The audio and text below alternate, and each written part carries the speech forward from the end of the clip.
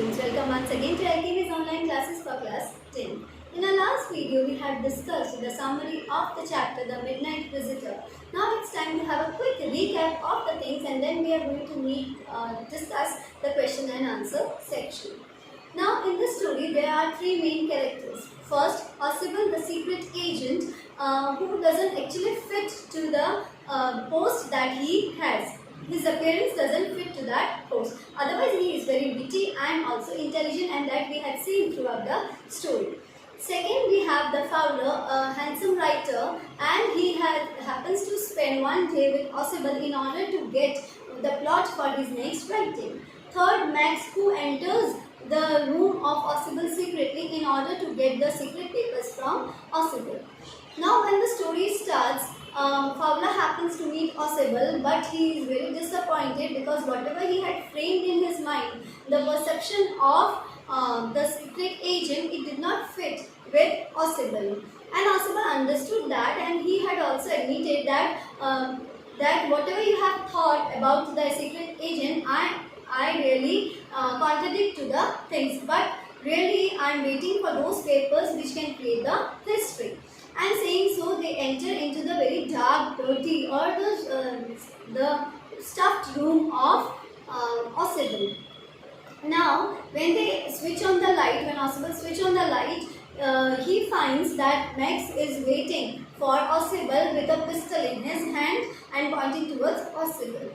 Osibel did not get scared, rather he fabricated a story in a very intelligent manner. He said, oh, again somebody had come in my house from the balcony and now I am going to sue this hotel people. Now again he says that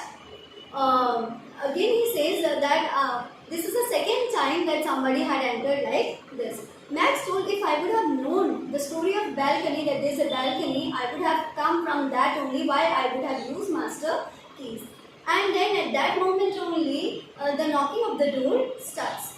Max, when he heard the knocking of the door, then he asked who can be there. Osibel once again framed another story that the police must have come over there because they want to give me enough protection because I have the important papers. Now the knocking gets more louder and this makes Max really confused and baffled. So he thought to hide in the balcony, and he also warns Osibel that he should not tell anything to the police, otherwise he is going to kill Osibel, and also let police go from there at the earliest. Saying so, he goes out without looking whether there is a balcony or not, and all of a sudden there is a thundering sound, and then everything becomes quiet.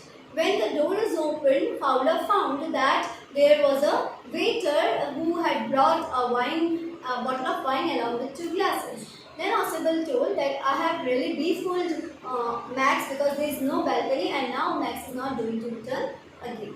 Here the story ends. I hope students, with the summary and the recapitulation, you are going to get the better idea of this story. Now it's time to discuss some of the questions and answers related to this story. The first question is, what made the story of balcony so convincing? Osibel showed his annoyance for the nuisance created by the balcony. He said that this was the second time that someone had got into his room through it. He also said that the balcony was not his but belongs to the next apartment, and earlier his room used to be a part of a large unit. Second question. How did Max go out of Osibel's room to save himself from the police? Now, Max was very nervous to find the police at the door. He went out of the window, saying that he would wait in the balcony. Even he warned Osibel to send them away or he would shoot him.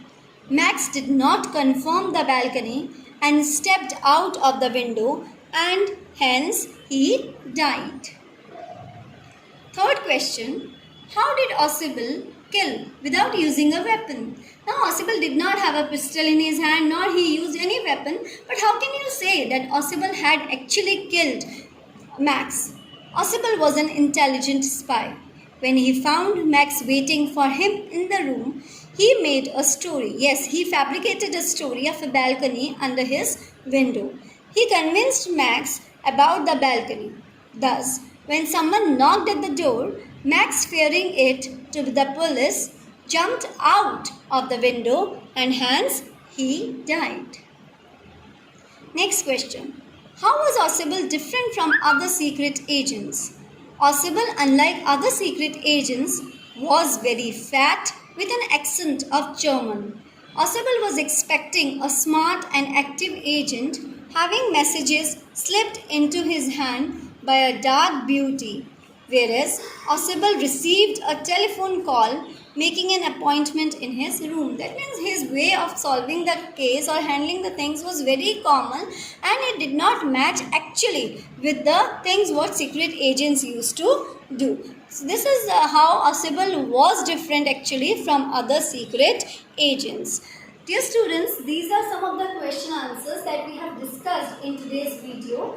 Please write these question answers in your notebook and also read the story in the best possible way to get a clear understanding of this chapter. We are going to meet soon in our next video with some more question answers of this chapter. Till then, take care, stay home, safe.